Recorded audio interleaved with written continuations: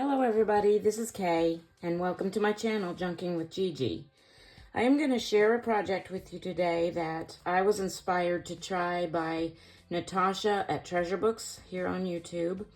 I kind of adapted it to the US letter size papers and made a couple of little changes, kind of making the project my own, but I wanted to be sure and give her the credit for the inspiration for this project. So she made these covers out of one 12 by 12 piece of scrapbook paper, and that's what I've done. As you can see here, I've made 5 of them already. I did adapt them to US letter size papers, and I made mine all uniform. Hers were a little bit varied in size, but I wanted mine to all be the same. And then I made a couple other changes too, which I will show you as I go along. I'll put the link down below to Natasa's channel if you want to go check her out. But without further ado, let's get started on this project. Now I've got, this is the pad of paper that I used to make the first 5, and this is just a color block pad of paper. It's called Modern Millinery, and it's double-sided, kind of heavier scrapbook paper, and that's what I'm using today. That's what I used for these 5, but I picked out a different one for the tutorial today. So I'm going to clear off my desk and get down to my work mat, and we'll get started on this project. The first thing I need to do is get my cutting board out, and I'm going to cut this down to exactly 12 by 12. I'm just going to check and make sure it's all squared up. 12 by 12. Sometimes these papers aren't exact. So I'm going to trim off just a tiny little sliver more over there. That didn't cut very well. Let me get out my scissors and trim that off. But you want to start with exactly 12 by 12, or as close as you can. If it's slightly off, it's probably going to be fine. If you're working with a piece of paper that has a direction to it, at this point you need to decide, first of all, which side you want to be on the outside of the cover and the inside. I want this on the outside, and I'm going to be folding up a pocket like this, so I want it this direction rather than this direction. I think it would work either way on this particular piece of paper, but you need to keep that in mind when you're getting ready to do your score lines, which are right here. I have my score lines written down on this little piece of paper. I don't know if you want to take a screenshot of that, but basically my horizontal scores are going to be at 1/2 inch, 3 inches, and 11.5 inches. So I'm going to do those first, and that's why I turned the paper this way, because that's going to be my pocket, which I'm going to also fold a lip over. I'm going to score my horizontal scores at 1/2 inch, 3 inches,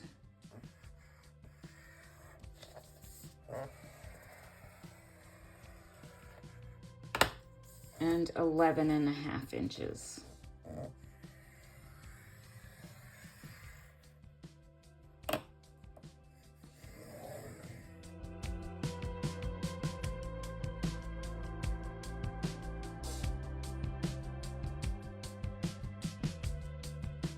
And then I'm going to turn it vertically and make scores at 1/2 inch,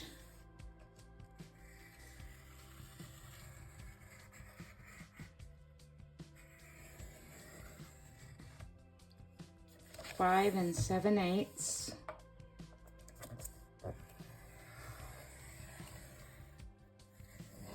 oops, sometimes it wants to wander outside the score line,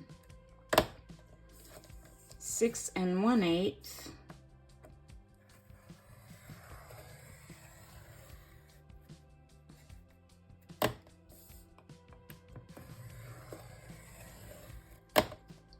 and 11.5.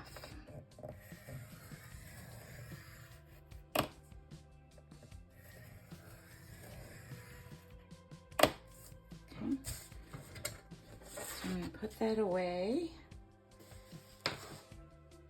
And now I'm going to go ahead and fold all my creases. And you can see these two creases in the middle here, which are real close together. That's what is going to make that narrow little spine on our journal.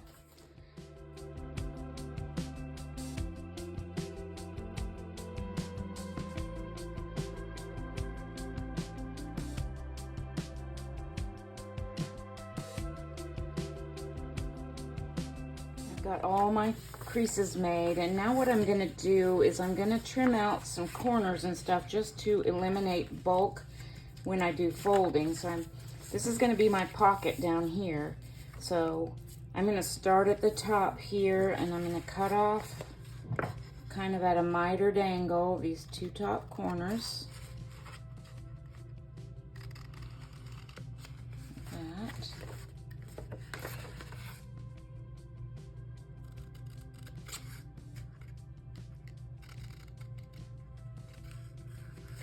And I'm also going to cut out this little area on the spine, but I'm going to do this a little bit differently because what I want to do is reinforce the edge on the spine as well as on the sides. So what I do here is I'm going to cut just to the outside of that crease up to that 1/2 inch crease on both sides. And then I'm going to cut a little bit of a kind of a triangle like this. It doesn't have to be even. It's not going to show or anything. But basically when I go to fold everything, I'm going to fold that down and glue it. And it's going to kind of reinforce that edge right there. So that's all done. Now on the bottom, I'm going to do pretty much the same thing.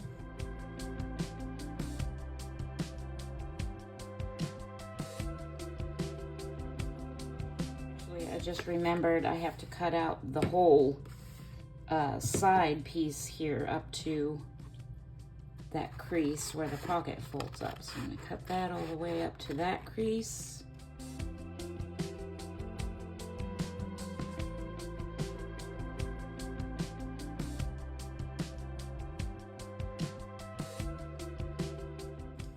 And then in the middle here, what I'm going to do is kind of the same thing I did up at the top, only I'm going to cut out all of this up into a little bit before that, and then do the same kind of a triangle piece to reinforce that spine edge like I did at the top.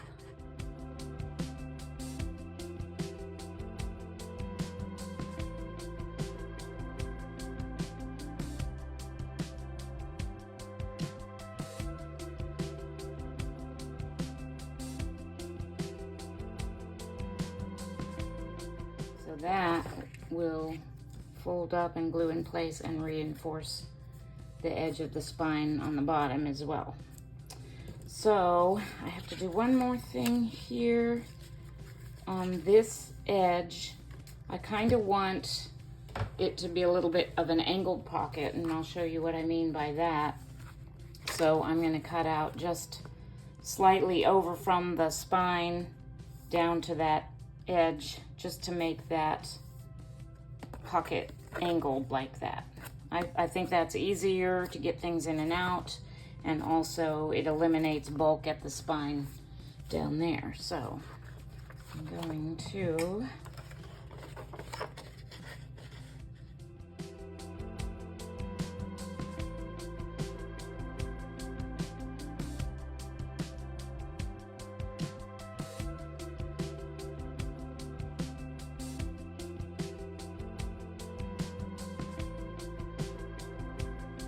totally cut that wrong.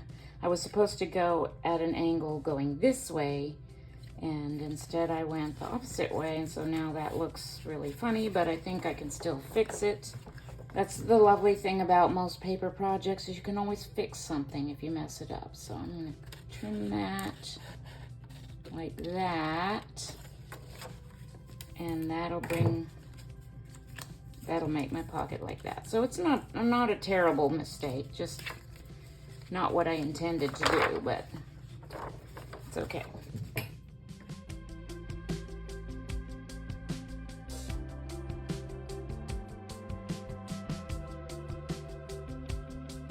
we're going to glue everything down. So I'm going to use my art glitter glue for this. I find that that's the best option for this project for me anyway, because it's a fine tip that I've got on here, so I can put a fine line in some small areas, and it also sticks pretty quickly. So I'm going to start off with those little spine reinforcement pieces. Just glue those down. And then I'm going to glue this in.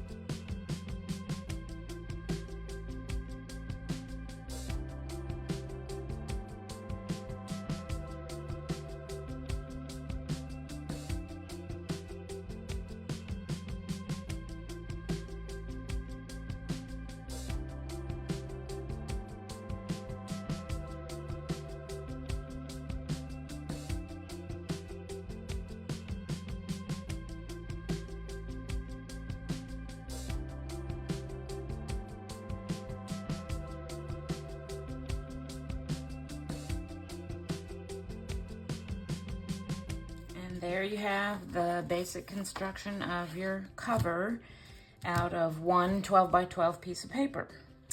So I have a signature prepared over here.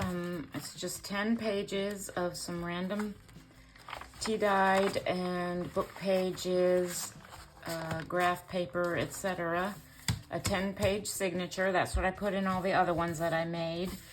And so the way I measured this out and made these was so that it would fit perfectly top to bottom. Now, I usually do have to go back in and trim a little on this edge because, you know, when you stack the papers up, of course, they just don't butt up against each other evenly, and you have to end up doing some trimming. So I'm going to do that, but first I'm going to sew it in first. So I have a little template I made here. So I'm going to line my template up on the outside, actually, of this to poke my holes in my cover. And just make sure I have it on that spine, like it's supposed to be. And then at the top, lined up. I'm going to take my pencil and I'm going to make little marks first. This one I tried to punch. I didn't have my template lined up and it didn't punch in the middle, but that's okay. That's going to be kind of covered up with the thread when I sew this in.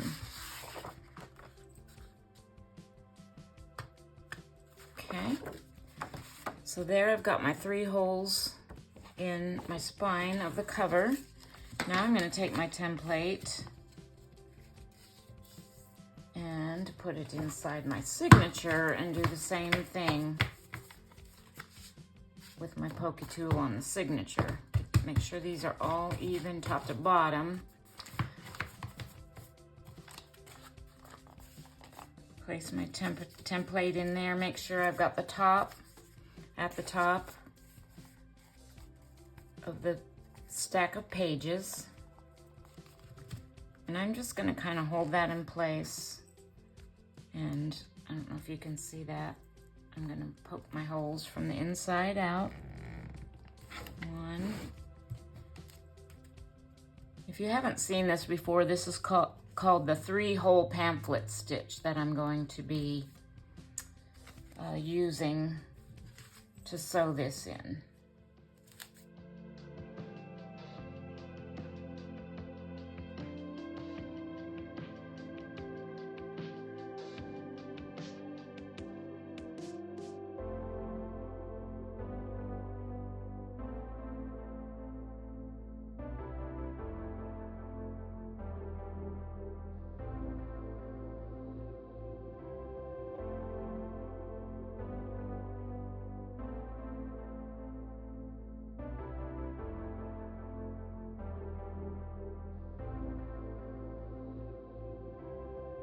kind of hold the tail like this and pull it towards me to kind of get it out of the way of the needle coming back through the hole. Trying not to pierce this thread with your needle. And then this one came up on the same side as that thread, so I'm going to feed it to the other side. You want to have one end of your thread on either side, each end of your thread on either side of this middle string. So I don't need my needle anymore. And then I'm going to pull up, make sure everything's nice and snug, check the spine before I tie it, and do a square knot, left over right, right over left. And then you can always also tie a little bow if you have enough, which I do. I'm gonna tie a little bow there.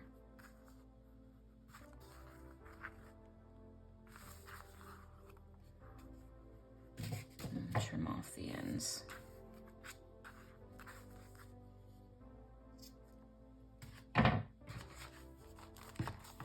Before I do this trimming, I'm just gonna go through here and I'm gonna kind of press all of these pages nice and flat. So this will help the book lay flatter.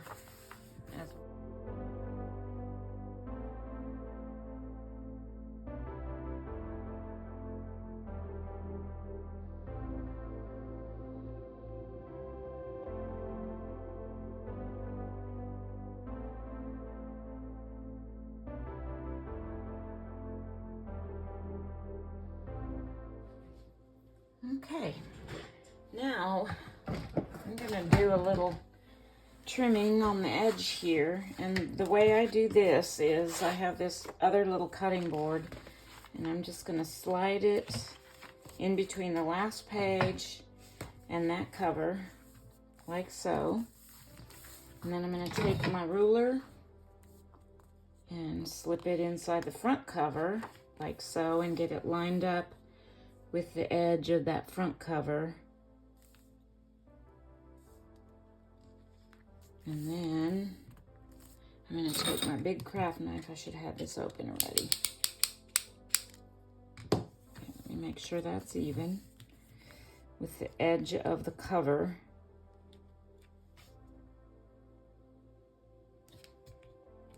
And then I just kind of hold that ruler in place, lift up the cover, and then trim off all of these little edges.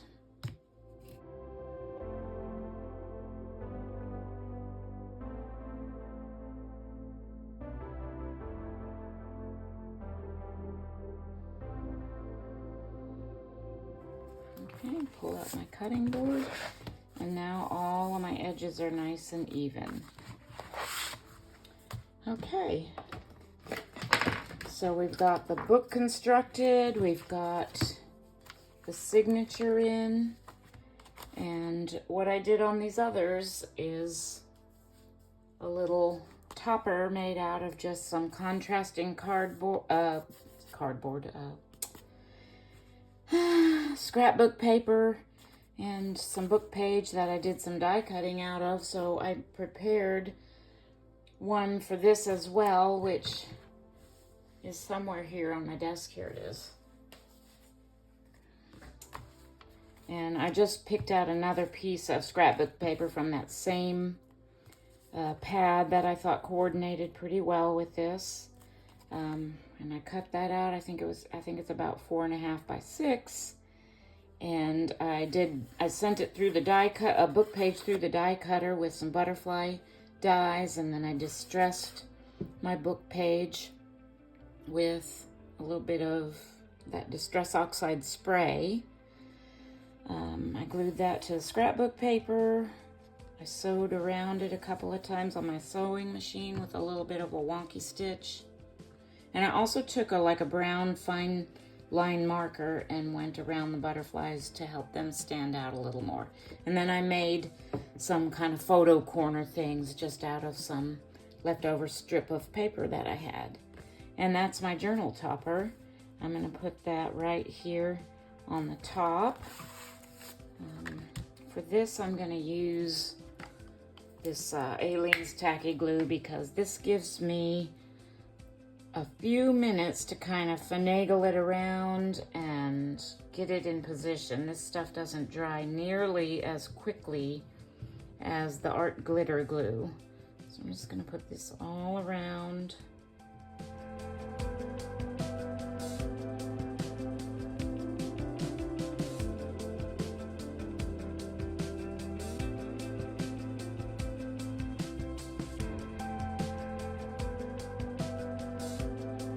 Pretty much it.